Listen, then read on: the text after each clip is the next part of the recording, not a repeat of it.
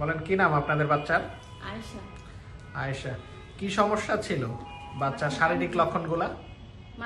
মাথা রক্ত বোঝা যেত, আর ঘন ঘন বমি করতো, আর চোখে তার ভিতরে চলে গেছিল। মাথার রগগুলা বোঝা যেত আর ঘন ঘন বমি করতো আর চোখ নিচে চলে যাচ্ছিল। আর মাথার সাইজ কি বড় হচ্ছিল আস্তে আস্তে? মাথার সাইজ বয়সের তুলনায় অনেক বড় হয়ে গেছিল। পরে পরীক্ষা নিরীক্ষা করে কি রোগ ধরা পড়ছে জানেন এটা? মাথায় পানি জমছিল। মাথায় পানি জমছিল। রোগটার নাম কি জানা আছে? হাইড্রোকেফালাস বলে আর কি। পরে তখন বাচ্চার বয়স ছিল কত আপনার যখন বাচ্চার এসব রোগ ধরা পড়ে? 2 মাস 3 দিন। 2 মাস 3 দিন। অপারেশন কতদিন বয়সে করছিলেন? এটা এরকমই। অপারেশন মানে হওয়ার ধরার পড়ার সাথে সাথে অপারেশন করাইছিলেন? না না, হওয়ার 2 মাস পর আর কি। তো কত মাস বয়সে তাহলে অপারেশন করাইছিলেন? ওই পেট আর কি, যে রোগটা পেটে থেকে নিয়ে আইছে। ও বাচ্চার জন্ম, এটাই জানতে চাচ্ছি, বাচ্চার জন্ম যখন পেটে থাকে তখনই আপনার এই রোগটা ছিল, কিন্তু আপনার অপারেশন করাইছিলেন 2 মাস বয়সে? 2 মাস 3 দিনে। 2 মাস 3 দিনের বয়সে।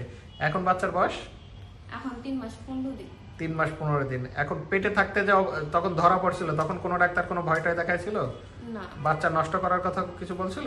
হ্যাঁ বলছিল যে এটা পেটের ভিতরে রাখা কোনো লাভ নেই, লাভ নাই, নষ্ট করে ফেলতে হবে, তাই বলছিল। তো এখন অপারেশন করার পর আপনার বাচ্চার যে মাথা বড় হয়ে গেছিল, মাথা কি ছোট হয়েছে আগের চেয়ে? হ্যাঁ এখন অনেকটা ছোট হয়েছে। ছোট হয়েছে। তারপরে আপনার বাচ্চার যে বমি ছিল, বমি কি আছে আর? না এখন আর বমি করে না। বমি নাই। তারপরে চোখ নিচে চলে গেছিল, এখন স্বাভাবিক হয়েছে? হ্যাঁ চোখ স্বাভাবিক হয়েছে। মাথার রগগুলা যে ফুলে উঠছিল, অনেক রক্তনালী, এগুলা স্বাভাবিক দেখাচ্ছে না এখন? জি এখন ঠিক হয়েছে। এখন ঠিক হয়ে গেছে।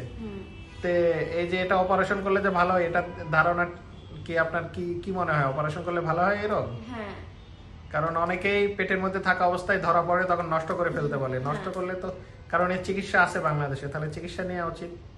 আজকে কতদিন পরে আসলেন শান করার? শান করার 1 মাস 15 দিন।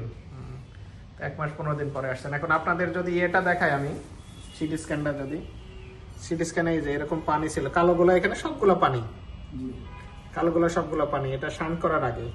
এখন শান করার পরে দেখেন এই যে ব্রেন গুলো আস্তে আস্তে তৈরি হচ্ছে, এই যে ধূসর বর্ণের এগুলো ব্রেন, আর পাশে এই যে আগের তেমন ব্রেন ছিল না। দুইটা একসাথে দেখালে যদি আপনার কম্পেয়ার করা যায়, এটাতে এই যে দেখা যাচ্ছে আপনার একদম কালো সব পানি, কোনো ইয়ে নেই। তারপরে